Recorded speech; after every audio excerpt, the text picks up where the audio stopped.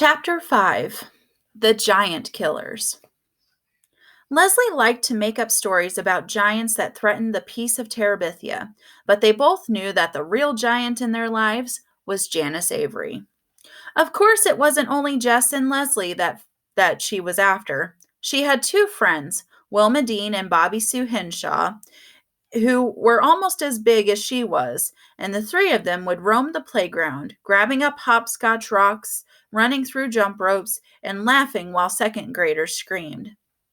They would even stand outside the girls' room first thing every morning and make the little girls give them their milk money before they'd let them go to the bathroom. Maybelle, unfortunately, was a slow learner. Her daddy had brought her a package of Twinkies, and she was so proud that as soon as she got on the bus, she forgot everything she knew and yelled to another first grader, "Guess what I got in my lunch today, Billie Jean?" "What?" "Twinkies!" She shouted so loud you could have heard her in the back seat, even if you were deaf in both ears.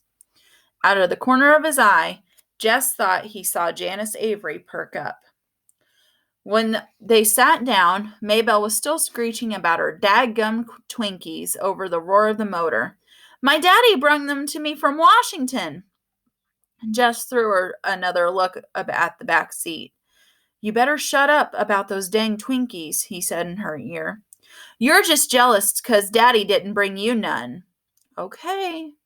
She shrugged across her head at Leslie to say, "I warned her, didn't I?"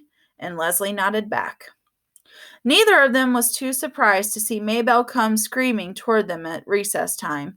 "She stole my Twinkies!" Jess sighed. "Maybelle, didn't I tell you? You gotta kill Janice Avery. Kill her, kill her, kill her." "Shh," Leslie said, stroking Maybelle's head. But Maybelle didn't want comfort. She wanted revenge. "You gotta beat her up into a million pieces." He'd sooner tangle with Mrs. Godzilla herself. Fighting ain't gonna get back nothing, Maybelle. Them Twinkies is well on the way to patting Janice Avery's bottom by now. Leslie snickered, but Maybelle was not to be distracted. "You're just yeller, Jess Aarons. If you wasn't yeller, you'd beat somebody up if they took your little sister's Twinkies." She broke into a fresh round of sobbing. Jess stiffened. He avoided Leslie's eyes. Lord, there was no escape. He'd have to fight the female gorilla now. "Look, Maybelle," Leslie was saying, "if Jess picks a fight with Janice Avery, you know perfectly well what will happen." Maybelle wiped her nose on the back of her hand. "She'll beat him up." "No. He'll get kicked out of school for fighting a girl. You know how Mr. Turner is about boys who pick on girls." "She stole my Twinkies." "I know she did, Maybelle. And Jess and I are going to figure out a way to pay her back for it. Aren't we, Jess?" He nodded vigorously. Anything was better than promising to fight Janice Avery. "What you gonna do?" "I don't know yet. We'll have to plan it out very carefully. But I promise you, Maybelle, we'll get her. Cross your heart and hope to die?" Leslie solemnly crossed her heart. Maybelle turned expectantly to Jess, so he crossed his too, trying hard not to feel like a fool, crossing his heart to a first grader in the middle of the playground. Maybelle snuffled loudly. "It ain't as good as seeing her beat into a million pieces." "No," said Leslie, "I'm sure it isn't. But with Mr. Turner running this school, it's the best we can do. Right, Jess?" "Right." That afternoon, crouched in the stronghold of Terabithia, they held a council of war. How to get Janice Avery without ending up squashed or suspended. That was their problem. Maybe we could get her caught doing something. Leslie was trying out another idea after they had both rejected putting honey on her bus seat and glue in her hand lotion. "You know, she smokes in the girls' room. If we could get Mr. Turner to walk past while the smoke is pouring out." Jess shook his head hopelessly. It wouldn't take her 5 minutes to find out who squawked. There was a moment of silence while they both considered what Janice Avery might do to anyone who reported her to the principal. We gotta get her without knowing who done it. Yeah. Leslie chewed away at a dried apricot. You know what girls like Janice hate most? What? Being made a fool of. Jess remembered how Janice had looked that day he had made everyone laugh at her on the bus. Leslie was right. There was a crack in the old hippo hide. Yeah, he nodded, beginning to smile. Yeah.